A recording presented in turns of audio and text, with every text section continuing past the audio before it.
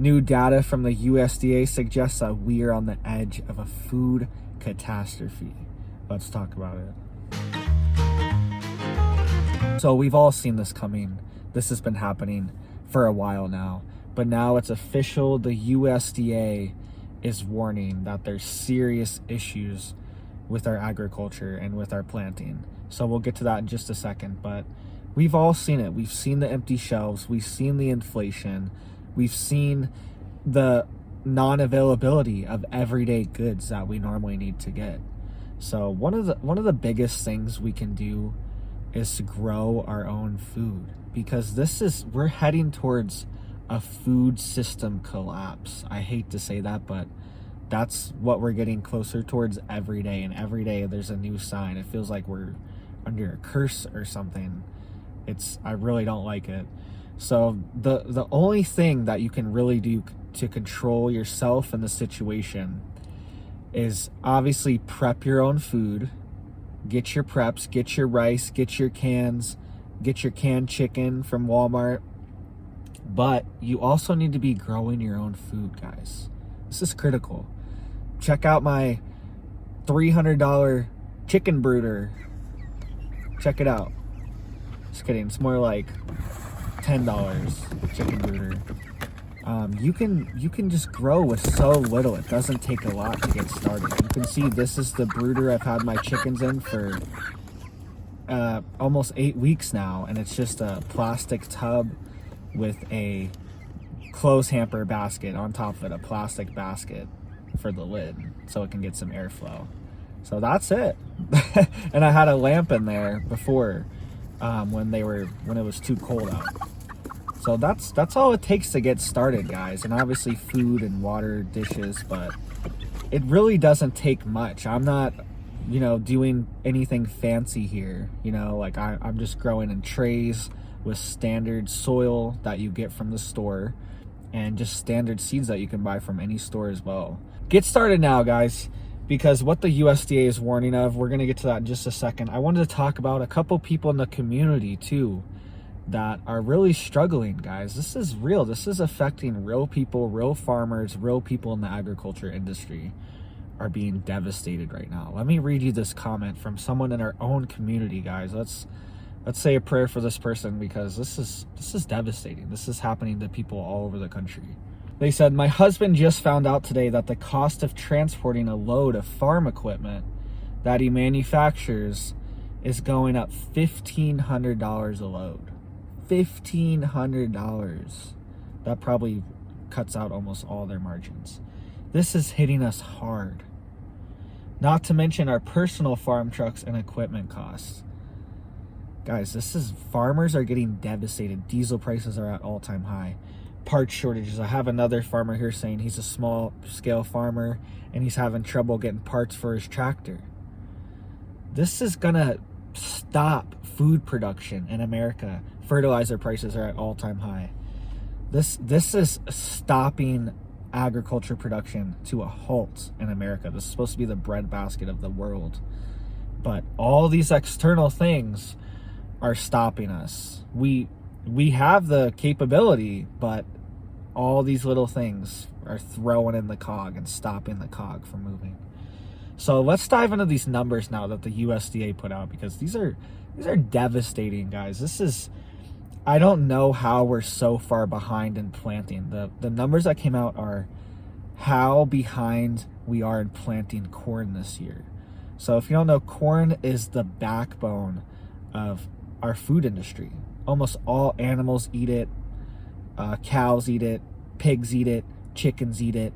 All the meat that you want from the store, unless it's like organic grass-fed beef or something, they're eating corn, guys. This is the backbone. Corn's used for gas. Corn syrup is used in everything. Everything's cut with corn. Like, corn is in everything, guys. This is gonna affect everything. And now in some states it's down 33% in Iowa. Planting is down 33% in Iowa.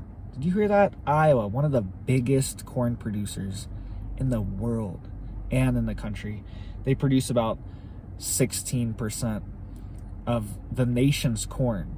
So they're down 33%. Illinois, right next to Iowa, also produces around 15, 16, 17% of the U.S.'s corn.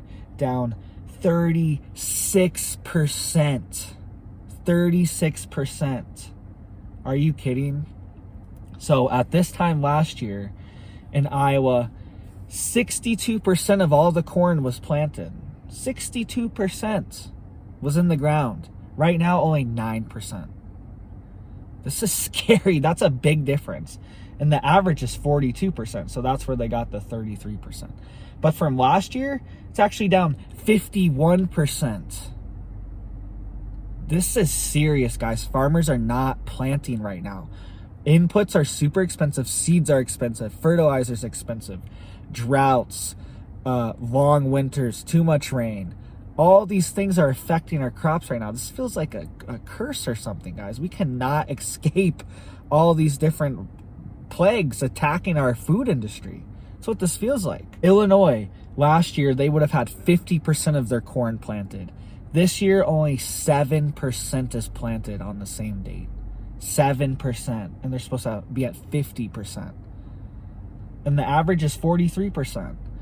So these are real numbers that the USDA is putting out as a warning to say, hey, we need to get this stuff planted. What do we need to do to get this planted? And a lot of farmers, they're not planting because it costs too much. Corn, it needs a lot of fertilizer, a lot of nitrogen to grow.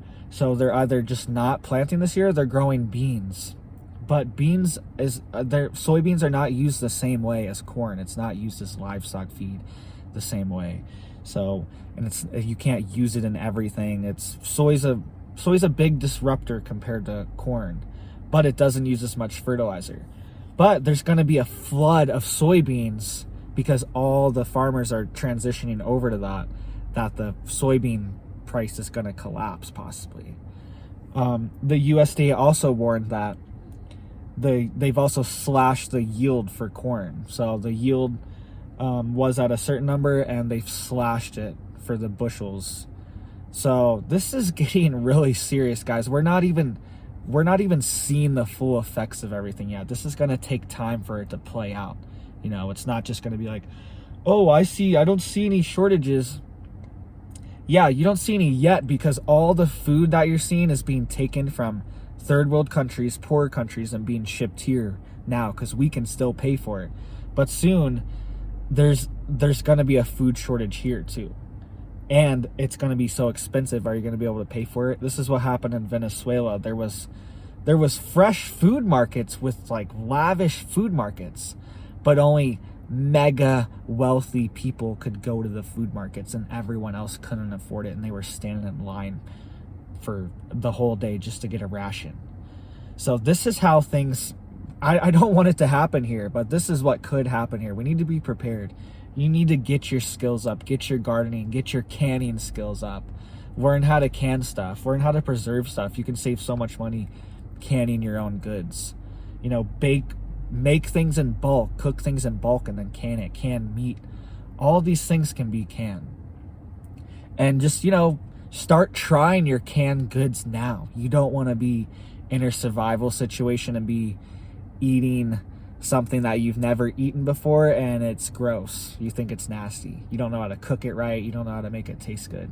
So start, you know, trying these things now. Try some Spam now. Try some canned chicken now. See how it goes, because it might be a little weird right now. You know, but if your belly's a little hungry, it's gonna be good. But if you need to know how to cook it right, so just dive in now. You know, there's no point of waiting. Don't wait one more day, guys. Every time you go to the grocery store, set aside $5 or $10 for cans, you know, you could buy cans that are 50 cents, you know, and that's 20 cans if you have $10. So that's a lot. That's going to add up quickly.